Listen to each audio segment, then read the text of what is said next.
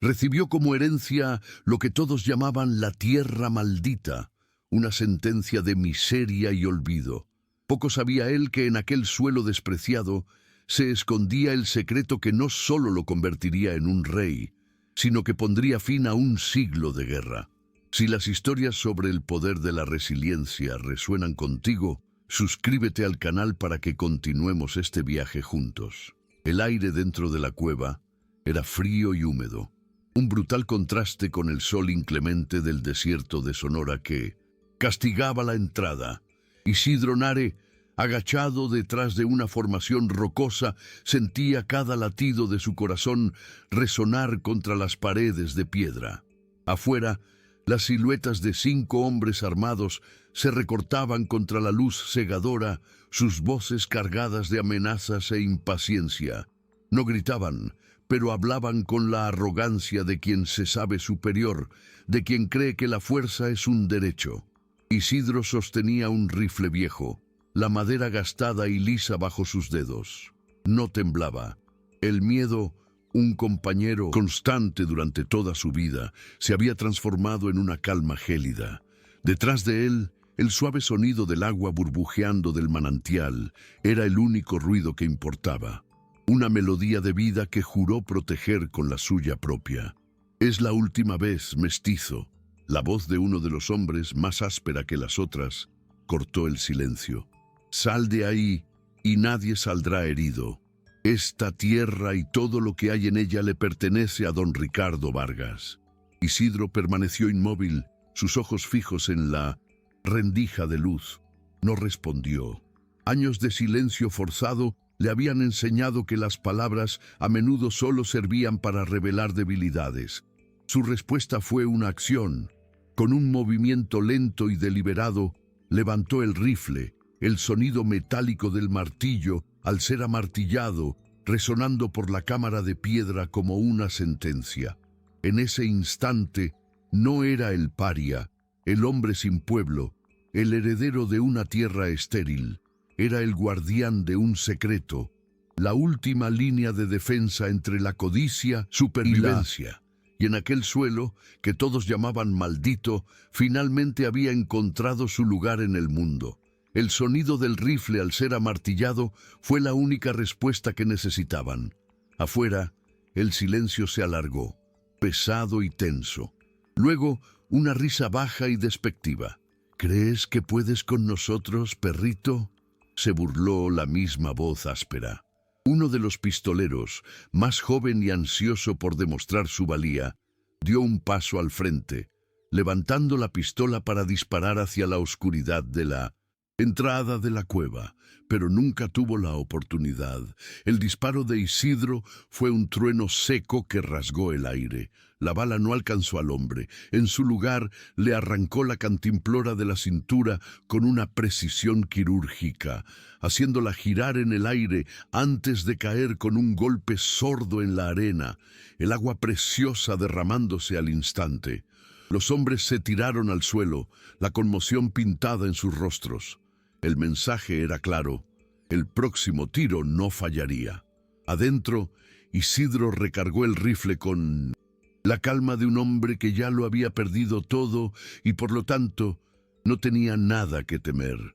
El olor a pólvora se mezcló con el de la tierra húmeda. Apenas 3 semanas antes estaba sentado exactamente ahí, afuera, bajo el mismo sol cruel, listo para abandonar aquella herencia inútil. Fue Alazán, su viejo caballo castaño, su único compañero, quien los salvó a ambos.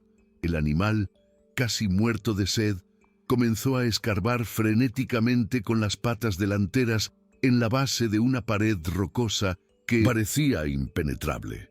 Isidro, creyendo que era un delirio del animal, intentó alejarlo, pero el caballo se negó a moverse.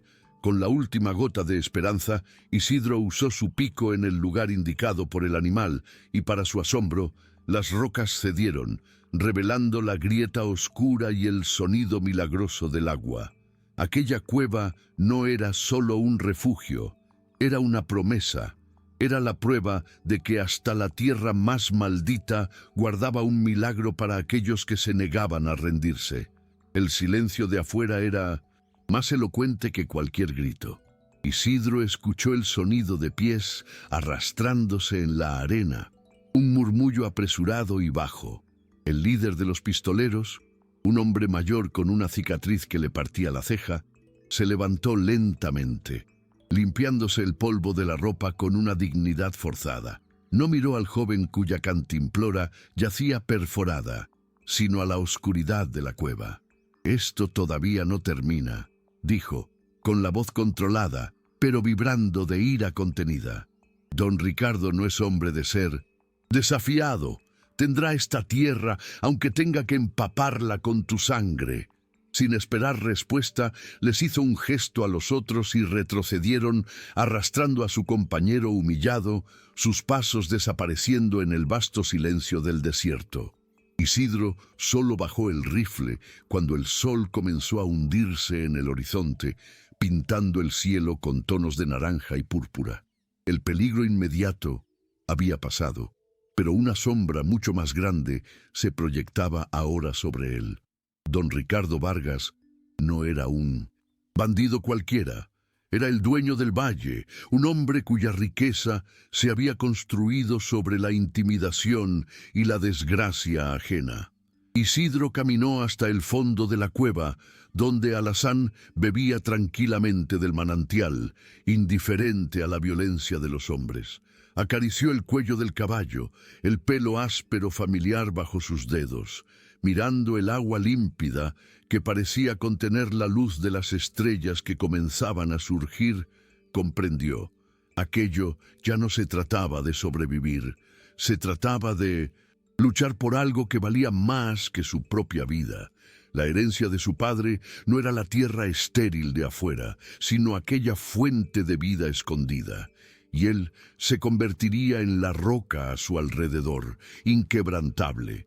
La noche cayó sobre el desierto como un manto de silencio y estrellas. Isidro no durmió. Exploró cada centímetro de la cueva, la llama de su lámpara danzando sobre las paredes húmedas. El manantial no era grande, pero el flujo era constante, formando un pequeño pozo antes de desaparecer, en una grieta en el suelo. Lo que lo intrigó fue la vegetación alrededor del agua. Helechos delicados y un musgo de un verde tan intenso que parecía brillar en la oscuridad. Plantas que no deberían existir allí, escondidas del sol. Recordó un pequeño saco de cuero que su padre le había dado, conteniendo un puñado de semillas de maíz, la herencia de un linaje de agricultores que la sequía había destruido. Con un sentimiento que era en parte experimento, en parte oración, tomó un único grano, seco, arrugado, y lo enterró en la tierra húmeda a las afueras de la entrada de la cueva, donde el agua del manantial se infiltraba en la arena. Era un acto de fe en una tierra que solo le había enseñado la desesperanza. Al amanecer, la primera luz grisácea reveló lo imposible. Donde había plantado el grano la noche anterior, un brote de maíz, fuerte y verde, ya se levantaba una cuarta del suelo. Un crecimiento que llevaría semanas había ocurrido en horas. Isidro tocó la hoja, sintiendo la vida, pulsando en ella, y el mundo se reconfiguró en su mente. El impacto fue tan profundo que lo dejó sin aliento. No era solo agua, era un milagro líquido. En ese momento entendió la verdadera naturaleza de la codicia de don Ricardo. El hombre no gobernaba con armas, sino con agua. Su hacienda, un oasis verde en medio del valle polvoriento, era una demostración de poder, mientras los aldeanos vecinos veían sus cosechas marchitarse y a sus hijos enfermar. La guerra del siglo no se libraba con ejércitos, sino con pozos controlados y ríos desviados. Y él, Isidro Nare, el heredero de una tierra maldita, ahora sostenía lo único que podría ahogar el imperio de Ricardo Vargas y dar de beber a todo un pueblo. Esta percepción de que la esperanza puede brotar de la tierra más maldita es lo que inicia una revolución. Si quieres descubrir cómo esta pequeña semilla de poder desafiará a un imperio, suscríbete para no perderte lo que sigue. el vértigo del descubrimiento dio paso a una claridad cortante. El miedo no había desaparecido, pero ahora estaba canalizado en un propósito. Isidro sabía que no podría enfrentar a don Ricardo con un rifle. Aquel imperio de codicia no sería derribado con pólvora, sino con vida. Durante todo el día trabajó con una furia silenciosa. Arrastró piedras y ramas secas, camuflando aún más la entrada de la cueva, transformándola en una sombra indistinguible en la pared del cañón. Después, con las manos que antes solo conocían la dureza de la tierra, estéril, preparó un pequeño bancal en el suelo húmedo, escondido por un saliente de la roca. Allí depositó el resto del legado de su padre, cada uno de los granos de maíz, frijol y calabaza. Ya no era solo una siembra, era la fundación de un nuevo mundo, un arsenal secreto que crecía en el corazón de la desolación.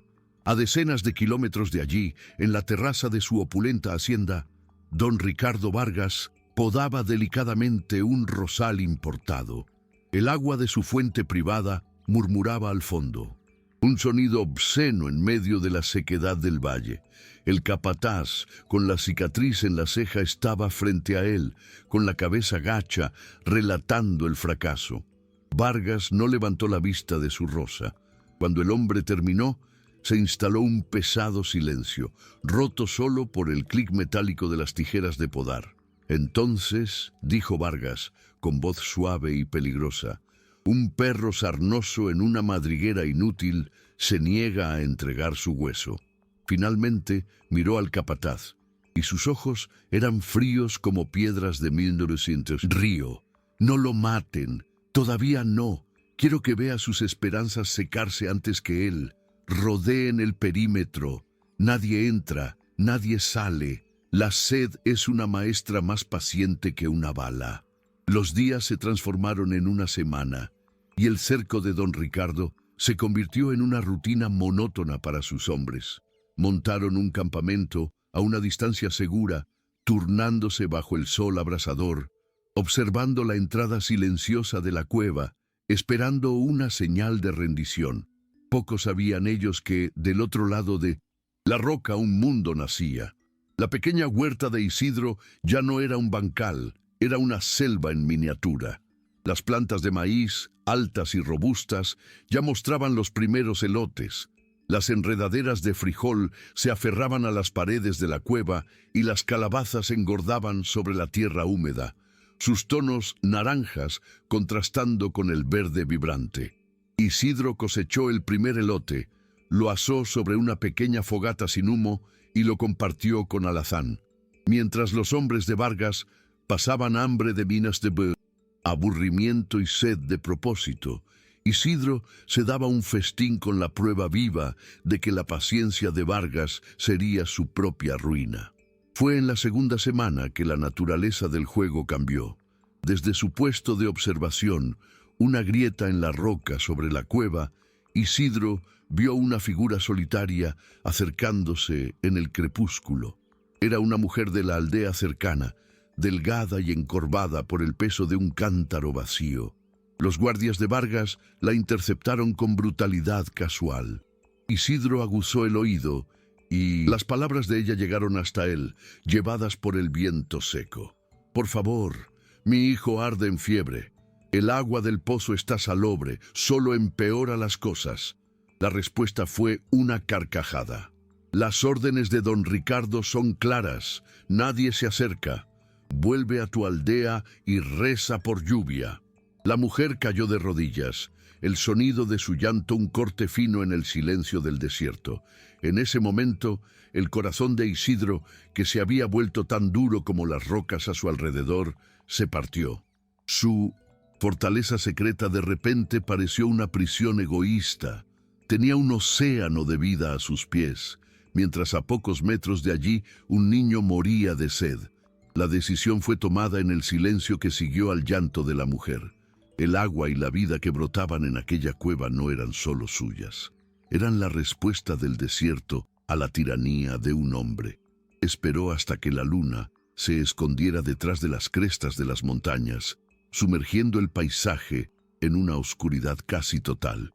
Con el cuidado de un ladrón, llenó un viejo odre de cuero con el agua milagrosa y cosechó 2 calabazas tiernas y un puñado de ejotes, alimentos que no existían hacía una semana. Sabía que había una grieta en la parte trasera de la cueva, poco más que una madriguera de coyote, que su padre le había mostrado en la infancia. Era un riesgo, un pasaje claustrofóbico que lo dejaría expuesto. Pero era un riesgo que la imagen de aquel niño enfermo lo obligaba a correr. Ya no era un guardián, se convertiría en un fantasma.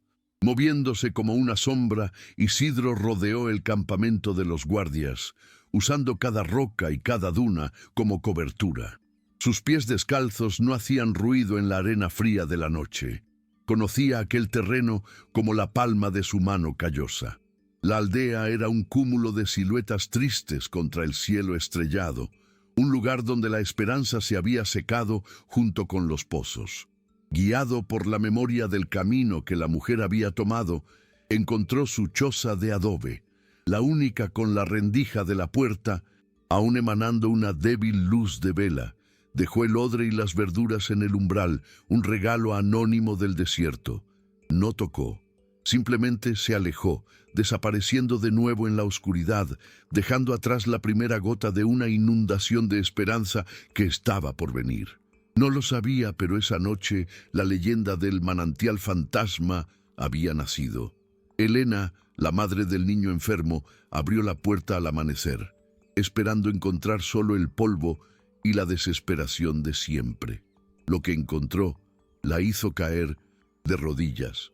El odre pesado, las verduras cubiertas de rocío, parecían un espejismo. Con las manos temblorosas, llevó la dádiva adentro. Le dio el agua a su hijo, cuyos labios estaban secos y agrietados por la fiebre. El niño bebió, y en menos de una hora el calor que lo consumía comenzó a ceder. Sus ojos se abrieron con una claridad que ella no veía desde hacía días. Llorando de alivio, Elena cocinó la calabaza, y el olor a comida de verdad llenó la pequeña casa por primera vez en meses. Entendió que aquello era un secreto peligroso, pero también una bendición que no podía guardar solo para sí misma. Esa mañana, la historia de la dádiva nocturna se extendió por la aldea en susurros, una brasa de esperanza en medio de las cenizas. La noticia, distorsionada y embellecida, tardó 2 días en llegar a oídos del capataz de don Ricardo. La recibió con un escarnio brutal. ¿Un fantasma que trae agua y comida? Se burló ante sus hombres, escupiendo en el suelo. La gente desesperada inventa dioses desesperados. Sin embargo, detrás de la bravuconería se plantó una semilla de inquietud. La descripción de las verduras, imposiblemente frescas, no encajaba con nada que pudiera crecer en aquella tierra maldita. Una ira fría comenzó a hervir dentro de él. Si el mestizo tenía un cómplice, lo encontraría. Dobló las patrullas, creando un perímetro aún más apretado e impenetrable. La orden ahora era clara: tirar a matar a cualquiera que se acercara a la montaña, sin importar quién fuera. La sed podía ser una maestra paciente, pero él estaba empezando a perder la paciencia. En las noches siguientes, Isidro sintió el lazo de acero apretándose. Las fogatas de los hombres de Vargas eran más numerosas, sus voces más cercanas. Observaba desde su grieta, prisionero en su propio santuario. La aldea parecía haberse encogido bajo el miedo, las puertas cerradas incluso durante el día. Se sintió culpable. Su intento de ayudar había traído más buitres cerca del cadáver. Pero entonces vio algo que lo cambió todo. Al atardecer, vio a Elena salir de su casa, mirar a los lados como un animal asustado y correr hacia la choza vecina. No llevaba un cántaro, sino un pequeño envoltorio de tela. A través de la rendija, Isidro la vio entregar lo que solo podía ser un trozo de la calabaza que él le había dado. Fue un acto pequeño, casi invisible, pero para Isidro fue como el destello de un relámpago. La esperanza no era algo que él entregaba, era algo que despertaba. y se estaba extendiendo. Esto exigía un nuevo plan, más audaz y mucho más peligroso. Las entregas aleatorias no serían suficientes. Necesitaba una red, un cómplice, y sabía quién sería. Esa noche no llevó comida ni agua. En cambio, llevó un trozo del musgo verde brillante que crecía alrededor del manantial y una única piedra lisa, mojada por el agua milagrosa. Rehaciendo el arriesgado camino hasta la aldea, no se acercó a la puerta de Elena. En su lugar, lo dejó en el alféizar de la pequeña ventana del cuarto de su hijo, el suave brillo del musgo siendo la única luz en la oscuridad. Al lado, colocó la piedra, apuntando hacia una cañada seca que serpenteaba detrás de la aldea. Un antiguo lecho de río que los hombres de Vargas ignoraban. No era una donación, era una invitación. Una convocatoria para la primera soldado de su guerra silenciosa. Elena encontró el regalo al amanecer cuando fue a cerrar la ventana para proteger a su hijo del aire frío de la mañana. El brillo suave y etéreo la asustó al principio, pero el miedo dio paso al asombro. El musgo pulsaba con una luz propia y la piedra a su lado estaba fría y húmeda al tacto, como si acabara de ser sacada de un río. Era la misma humedad, la misma promesa de vida que había sentido en el agua que salvó a su hijo. Entendió, aquello no era un accidente, el fantasma se estaba comunicando. Su corazón se disparó cuando se dio cuenta de hacia dónde apuntaba la piedra, el arroyo seco, el lecho del río que era considerado un camino inútil y peligroso, lleno de serpientes y escorpiones. Un escalofrío de miedo recorrió su espina dorsal, pero fue rápidamente reemplazado por una ola de determinación. Miró el rostro dormido y sereno de su hijo. El fantasma no le había pedido nada a cambio de su vida. Ahora le estaba pidiendo su valentía. Esa noche, bajo un cielo sin luna, Elena se movió con un propósito que nunca supo que poseía. Se arrastró por la oscuridad del arroyo seco, cada crujido de una rama sonando como un disparo en sus oídos. Llegó al lugar indicado, una curva protegida por un gran cactus saguaro, y esperó, con el cuerpo temblando tanto de frío como de pavor. Por un instante pensó que había sido una tonta, que caería en una trampa. Entonces, una figura se materializó de entre las sombras tan silenciosamente que casi gritó. No era un espectro, sino un hombre. Sus ojos se abrieron de par en shock al reconocer a Isidro Nare, el desheredado, el hombre que todos en el valle consideraban poco más que un fantasma viviente. Él no dijo mucho. No era necesario. En sus ojos ella vio la misma desesperación y la misma esperanza que sentía en su propio corazón. Le entregó un pequeño saco de tela y un odre. «No puedo salir», susurró, la voz áspera por el desuso. «Pero tú puedes. Siembra esto donde nadie vea. Dale de beber a quien tiene sed de justicia. Hazles creer que el desierto está despertando». Elena regresó a la aldea. Cada sombra una amenaza. El peso del secreto y del agua presionando su espalda. En su casa, la respiración tranquila de su hijo dormido era el único sonido. No se atrevió a encender una lámpara. En el pequeño patio trasero, protegido por un muro de adobe en ruinas, encontró una maceta de barro agrietada. Con manos temblorosas, enterró un único grano de frijol del saco que había recibido y lo regó con el agua de Isidro. Era un acto de fe ciega. Al amanecer, cuando el primer rayo de sol tocó el patio, una pequeña enredadera verde ya se erguía de la maceta, con 2 hojas perfectas abiertas como en oración. El milagro ya no era de Isidro, ahora era de ella también. Esa misma mañana, Elena tomó la maceta con el brote milagroso y la escondió bajo su rebozo. Caminó hasta la casa de Mateo, el anciano de la aldea, un hombre cuya voz, antes un trueno de sabiduría, se había convertido en un susurro de derrota desde que don Ricardo envenenó su pozo. Lo encontró sentado afuera, mirando el horizonte polvoriento.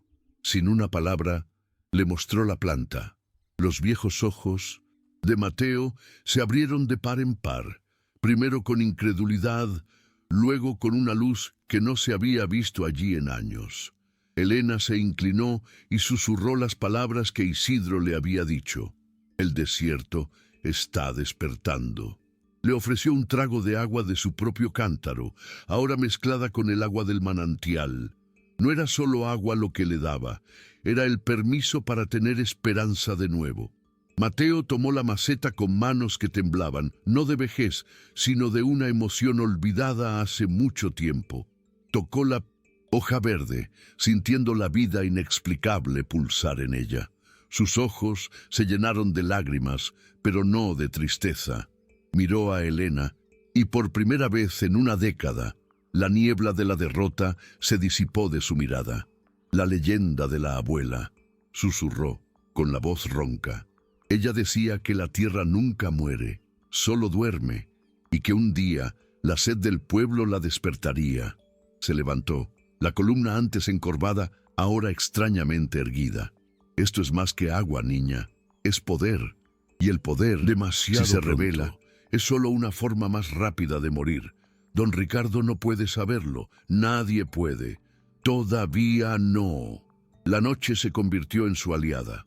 Bajo la guía de Mateo, la rebelión comenzó no con un grito, sino con un susurro. Elena continuó sus encuentros clandestinos con Isidro en el lecho seco del río, transformándose en un puente entre el manantial y el pueblo. No intentaron convencer a todos. Mateo eligió a dedo, el herrero, cuyas manos fuertes ahora estaban ociosas. La viuda, pequeño patio era el más escondido de la aldea, un joven cazador que conocía caminos que ni las cabras montesas usaban. A cada uno el mismo ritual, la visión del brote imposible, un trago del agua que traía claridad a los ojos y finalmente la misión. Pequeños jardines secretos comenzaron a brotar detrás de muros agrietados y dentro de cuartos oscuros, alimentados por gotas preciosas. Por fuera, la aldea parecía más muerta que nunca, encogida bajo la vigilancia de los hombres de Vargas. Pero por dentro, bajo el suelo y detrás de puertas cerradas, una red de raíces vivas se estaba extendiendo, silenciosa e inexorable. En la hacienda, don Ricardo observaba el sol poniente manchar el cielo de rojo sangre. El capataz estaba frente a él, informando lo mismo de siempre. Ninguna actividad en la cueva, ninguna señal de Isidro. Pero la paciencia de Vargas se estaba agotando, corroída por un veneno sutil. La duda. Silencio, dijo, más para sí mismo que para el hombre. Un hombre hambriento, un hombre sediento se arrastra. Este permanece en silencio. Se dio la vuelta, con los ojos entrecerrados. Su silencio es antinatural. Es el silencio de quien espera, no de quien muere. Caminó hasta un mapa del valle, dibujado en cuero sobre una gran mesa. Con un dedo no tocó la montaña donde estaba la cueva, sino el pequeño cúmulo de casas que era la aldea. Vigilen el poblado. Quiero saber quién sonríe, quién susurra, quién parece menos desesperado de lo que debería. Una rata no sobrevive en el agujero si no hay quien le arroje migajas. La orden de Vargas llegó demasiado tarde. Esa misma noche se realizó la primera cosecha secreta. Bajo el liderazgo de Mateo, los frutos de los jardines escondidos fueron reunidos en la casa del herrero. La fragua fría siendo testigo del milagro. No era mucho, pero era suficiente.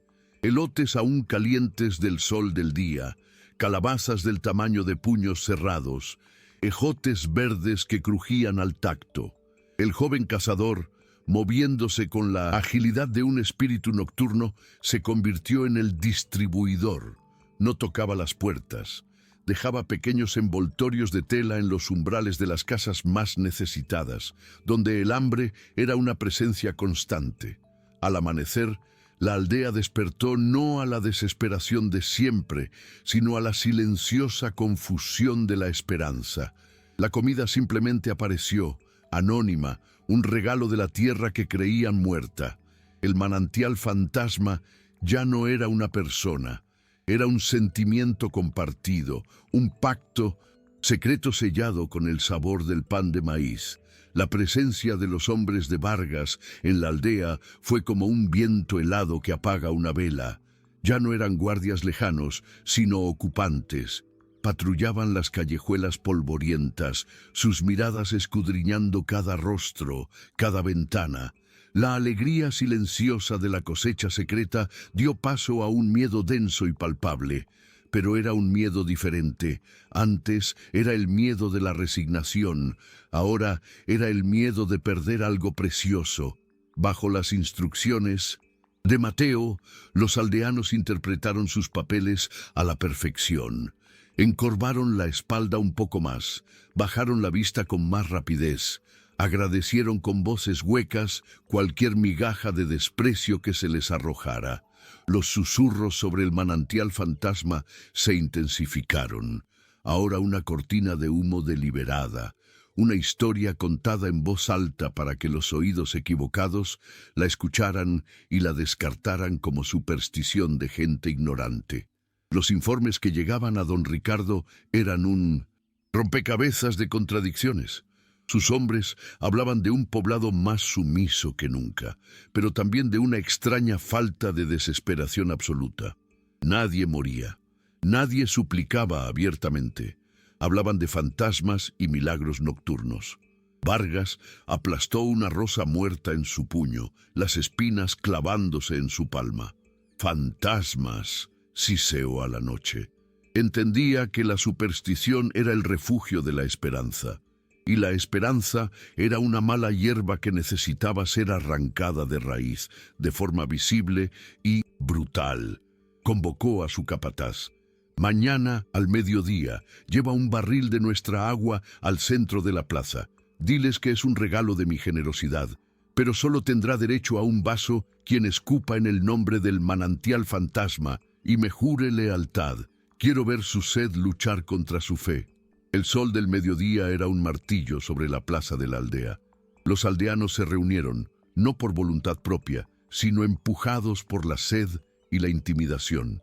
El capataz de Vargas, con la cicatriz tirando de su ceja en una sonrisa de escarnio, se plantó junto al barril de agua, cuya superficie oscura y fresca era una tortura visual.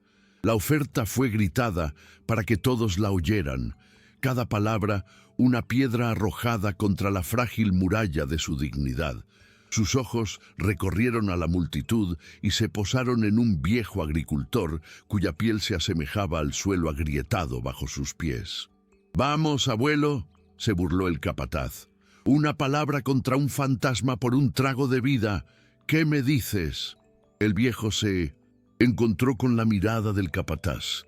No dijo nada. Simplemente negó con la cabeza lentamente, un movimiento casi imperceptible, pero que resonó por la plaza con la fuerza de un trueno. Se dio la vuelta y, con la espalda recta, comenzó a alejarse. El gesto del viejo fue una presa rompiéndose, una mujer, luego otra, después una familia entera, siguieron su ejemplo. Sin una palabra, sin una mirada de desafío, simplemente le dieron la espalda a la promesa de agua y a la humillación que la acompañaba. La plaza comenzó a vaciarse, no en pánico, sino con una calma deliberada que era más insultante que cualquier grito de revuelta. El rostro del capataz pasó del escarnio a la incredulidad y finalmente a una furia sombría. Habían elegido la sed en lugar de la sumisión. En un ataque de ira impotente, pateó el barril con todas sus fuerzas. La madera crujió y el agua, el arma de don Ricardo, el símbolo de su poder, se derramó sobre la tierra sedienta, formando un charco de lodo oscuro e inútil. La prueba de Vargas había fracasado. Peor aún, había forjado la fe del pueblo en algo que no podía controlar. La noticia del fiasco en la plaza llegó a don Ricardo no como un grito, sino como un silencio mortal que se instaló en la terraza de su hacienda. El capataz Sudando frío a pesar de la brisa del atardecer, narró la escena con la voz temblorosa de quien describe su propia sentencia de muerte. Vargas no lo interrumpió. Continuó podando una bugambilia, cada corte de las tijeras preciso y violento.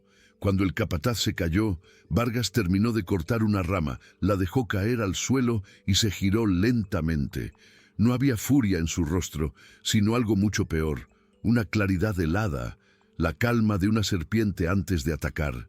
«No eligieron la sed», dijo con la voz baja y cortante.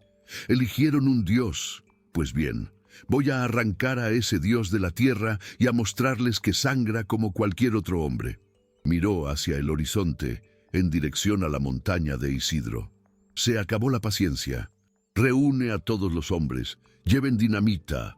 Si la rata no sale de la madriguera, derrumbamos la montaña sobre ella». Desde su grieta en las alturas, Isidro observó la retirada de los aldeanos de la plaza. No pudo oír las palabras, pero entendió la escena en su totalidad. Vio la negativa silenciosa, el orgullo en la espalda recta del viejo, la dignidad de un pueblo que eligió morir de sed a vivir de rodillas. Una ola de orgullo y terror lo recorrió. Aquellos ya no eran solo vecinos, eran su pueblo, y él, el paria, era ahora el centro de su fe. La responsabilidad lo golpeó con el peso de la propia montaña. Pero el momento de reflexión fue breve. A lo lejos, en el camino que llevaba a la hacienda de Vargas, vio al capataz pateando el polvo con furia, y entonces vio la nube. No el pequeño polvo de un jinete solitario, sino la nube densa y oscura de muchos hombres y caballos reuniéndose, transformándose de un cerco pasivo en un ejército en marcha. No se estaban yendo, estaban volviendo para acabar con todo. El tiempo de esconderse había terminado. La montaña no era solo su fortaleza, era el corazón de su pueblo, y vendrían para arrancarlo. Isidro trabajó con la velocidad febril de quien corre contra su propia muerte. Cosechó todo lo que la huerta milagrosa podía ofrecer, llenando sacos con maíz, frijol y calabazas. Llenó todos los odres y cántaros que poseía con el agua del manantial. No se estaba preparando para un asedio, sino para una guerra. Con un trozo de carbón, escribió una nota rápida en un pedazo de cuero, un mensaje urgente para Helena, y lo ató a una pequeña piedra lisa. Esta vez no bajaría al arroyo seco. Fue hasta la madriguera del Coyote, el pasaje secreto en la parte trasera, y silbó bajo, una llamada que el joven cazador le había enseñado. La respuesta llegó minutos después, una sombra desprendiéndose de las rocas. Isidro le entregó la piedra y un último odre. «Lleva, avísales, vienen a destruir la montaña, y no voy a dejarlos». El joven cazador llegó a la aldea como un fantasma, el pánico pintado en sus ojos. El mensaje pasó de Mateo a Helena y, en minutos, el liderazgo de la rebelión silenciosa estaba reunido en la fría fragua del herrero. La noticia cayó sobre ellos como una sentencia. La dinamita no solo destruiría la fuente de su esperanza, sino también al hombre que se había convertido en su símbolo. El miedo, espeso y sofocante, llenó el pequeño espacio. Pero entonces Mateo, el anciano, golpeó con su bastón el suelo. «De tierra», el sonido seco, acallando los murmullos de pavor. «Creen que van a luchar contra un hombre solo en una cueva», dijo. Su voz un trueno bajo y firme. «Están equivocados. Van a luchar contra una aldea entera. Isidro Nare ya no es un paria, es nuestro, y nosotros no abandonamos a los nuestros». Miró al herrero, al cazador, a Helena. «Prepárense. El desierto nos enseñó a sobrevivir. Ahora vamos a usarlo para luchar». La fragua del herrero, fría por años, ardió esa noche. Pero no para... Sus martillazos resonaron por la aldea, no como un sonido de trabajo, sino como el latido del corazón de la revolución. No forjaba espadas, sino afilados miguelitos con clavos viejos, diseñados para lisiar a los caballos de Vargas en los senderos estrechos. Las mujeres, lideradas por Helena, no afilaban cuchillos, sino que llenaban pequeños sacos de tela con una mezcla de arena fina y chile silvestre, armas para cegar y confundir. El joven cazador no preparaba trampas para conejos, sino que guiaba a grupos de hombres silenciosos a puntos estratégicos en los desfiladeros, listos para iniciar deslizamientos de rocas con palancas de madera. No se preparaban para una batalla, sino para una cacería, y esa noche los hombres de don Ricardo no serían los cazadores. Mientras la aldea se armaba con el desierto, Isidro transformaba su santuario en una trampa. No podía detener la dinamita, pero podía convertir el camino hacia ella en un infierno. Usando su pico, debilitó los cimientos de un saliente rocoso precariamente equilibrado sobre la entrada principal de la cueva, sujetándolo con una única cuña de madera. Abajo, en la entrada, usó el agua milagrosa de una forma que nunca imaginó. No sembró para comer, sino para defenderse. Sumergió ramas de cholla, el cactus más espinoso del desierto, en la tierra húmeda. En menos de una hora echaron raíces y crecieron, formando una muralla impenetrable de espinas del tamaño de agujas, una barrera viva y viciosa. El manantial que daba la vida ahora sería usado para protegerla con el más puro dolor. La aurora llegó no con la promesa de un nuevo día, sino como la iluminación de un campo de batalla. Los hombres de Vargas avanzaron en una columna arrogante, una serpiente de polvo y acero, serpenteando por el desfiladero que llevaba a la montaña de Isidro. El capataz iba al frente, el rostro una máscara de desprecio, esperando encontrar la resistencia de un único hombre desesperado. No vio los miguelitos que el herrero había forjado, sembrados la noche anterior por el joven cazador en el camino más estrecho. El grito del caballo de adelante fue el primer sonido de la guerra, un relincho agudo de dolor que rasgó el aire de la mañana. El animal se desplomó, arrojando a su jinete al suelo.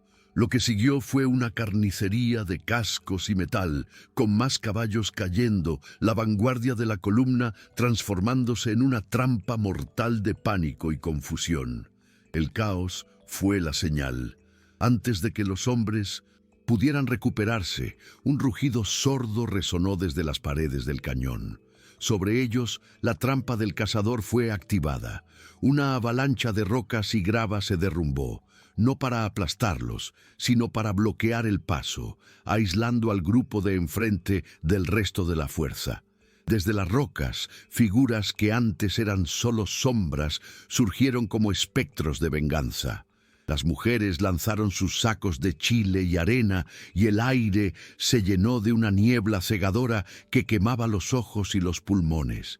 Hombres, acostumbrados a la violencia de las armas de fuego, fueron reducidos a toser y gritar, disparando a ciegas contra un enemigo que no podían ver. El capataz, con los ojos en llamas, se limpió el rostro con la manga y gritó a los pocos que aún estaban de pie a su alrededor: «Olviden al resto, a la cueva, maten al mestizo». El desierto, que creían que iban a conquistar, estaba contraatacando. Tropezando ciegos por el polvo cáustico, el capataz y los 4 hombres que lo siguieron avanzaron a de trompicones hasta la entrada de la cueva. Lo que encontraron no fue la oscuridad de una madriguera, sino una barrera que desafiaba la lógica. Una pared de cactus cholla que no estaba allí momentos antes. Una maraña de espinas del tamaño de agujas, brillando con un verde enfermizo bajo la luz del sol. «¿Qué brujería es esta?», gruñó uno de los hombres. El capataz, consumido por el odio, no dudó. «¡Atraviesen!», gritó, empujando al hombre más cercano hacia adelante. El desdichado de agonía pura fue ahogado cuando su cuerpo se cubrió instantáneamente de espinas. Cayó, retorciéndose, y cada movimiento solo clavaba las púas más profundo en su carne. La brutal carga se detuvo al instante. Los otros hombres retrocediendo horrorizados ante aquella muralla de dolor vivo. Allá en lo alto, acostado sobre el saliente rocoso, Isidro observaba la escena, el rostro una máscara de polvo y determinación. No había triunfo en sus ojos, solo la sombría resignación de un hombre, forzado a volverse tan despiadado como el desierto que lo había acogido. El capataz, viendo su ataque frustrado por meras plantas, soltó un aullido de furia que resonó por el cañón. La humillación era un veneno en sus venas. ¡La dinamita!, le gritó a los hombres atrapados detrás de la avalancha. ¡Traigan la dinamita! Si no podemos entrar, vamos a enterrarlo vivo. Fue la señal que Isidro esperaba. El plan de Vargas ya no era un secreto. Con un movimiento que pareció durar una eternidad, mientras las primeras cajas de explosivos comenzaban a pasarse de mano en mano sobre las rocas, Isidro agarró la cuña de madera que sostenía la losa de piedra bajo su cuerpo. El desierto no solo se defendía, estaba a punto de devolver el golpe.